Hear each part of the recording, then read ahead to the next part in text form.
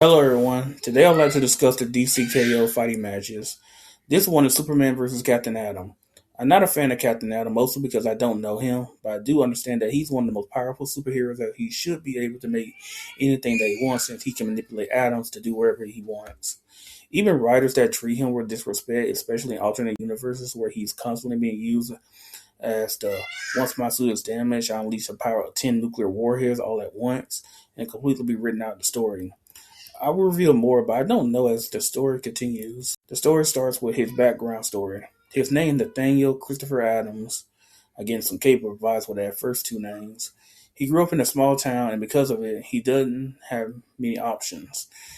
Instead, he decided to join the Air Force. When the time came for him to make a sacrifice for his country, he did it, and it helped him shape his own future as it resulted in him being remade into something more with powers beyond his imagination. That he could do anything, and how he had rose from soldier to agent of good and a superhero. But the only thing he never accepted about himself as, and that's being a god. We then cut to Superman yelling at him as in DCKO number 2. Captain Atom has shot at Supergirl, who was trying to help her cousin stay in the tournament, only for Captain Atom to stop her and prevent that as he wanted to go to the next round instead. More on it as Atom asked if Superman was finished, he reminded him what Batman said to keep his head in the game, and this game demands that champions fight each other without mercy to receive the ultimate prize. If Superman can't accept that's every person for themselves, then he doesn't belong there.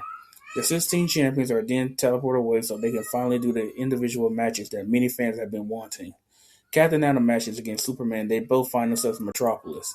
The matches are the best 2 out of 3, with the first part of the match is the two fighters fighting using their current level of power. Wondering the place was real, Superman wanted Atom to think of what he was doing, as the last thing Superman wanted to do was harm people who the heart constructed for the match that he believes that they were real. Atom didn't care about that as he punched Superman with so much force that he sent him through a few buildings. Superman continues to try to reason with him, but Atom isn't having it. The only real reason Superman decided to fight back is because he believes that Atom might be endangering people's lives. Atom then uses what makes him such a powerful threat as he turns his own structure into anything that he wants by creating two of Superman's main weaknesses, kryptonite and red sun energy. Red sun is the weakness of Superman as it makes him lose some of his powers, and then kryptonite is for delivering lethal strike. Atom that he the can't be ruthless, but he also believes that the same can be said about Atom, as Superman believes that he wouldn't murder people in cold blood. That really pissed off Captain Atom as he grabbed Superman and told him that Superman doesn't know him at all.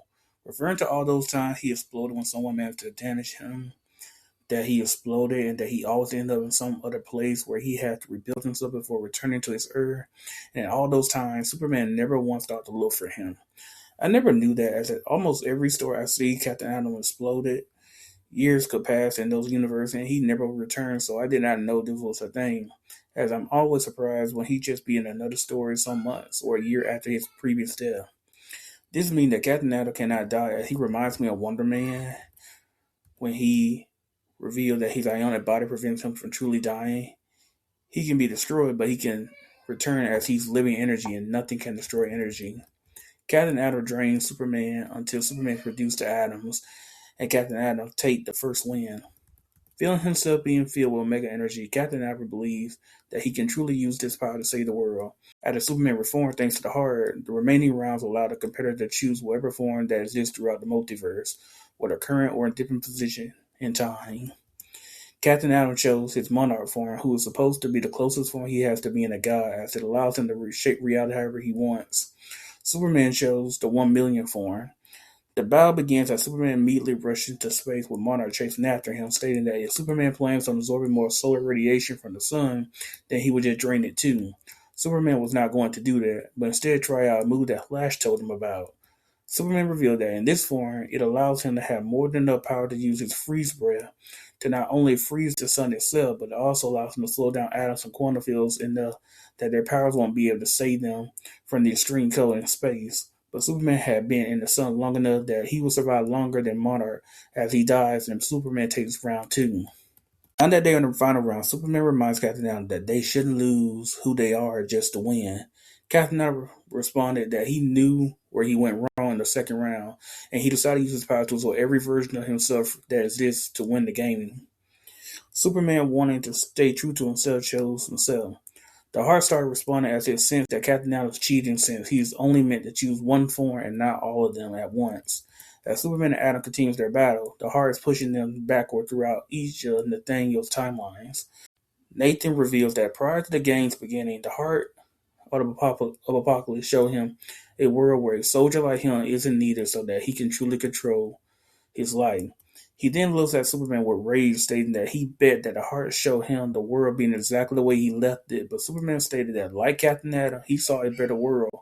But that still doesn't change his mind that nobody should be allowed to simply change the world to their desired place. To which, in righteous fury, Captain Atom blasts Superman, asking why is he even there? Is that his stance on it?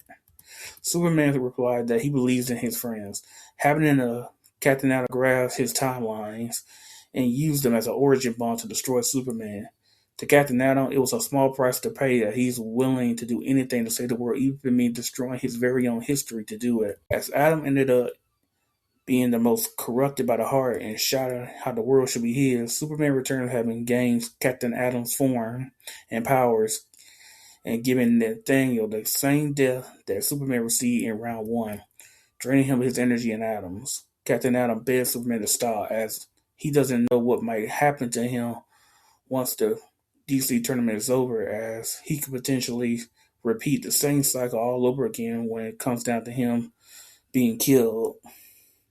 But Superman can only apologize and could do what he has to do as Superman killed Captain Atom, winning the final round to move on to the next stage. As Superman feels the heart giving him the Omega energy, he can only ponder if he might fall under its corruption the same way that Captain Atom did. That'll be all, folks. Please like and subscribe to the channel for more.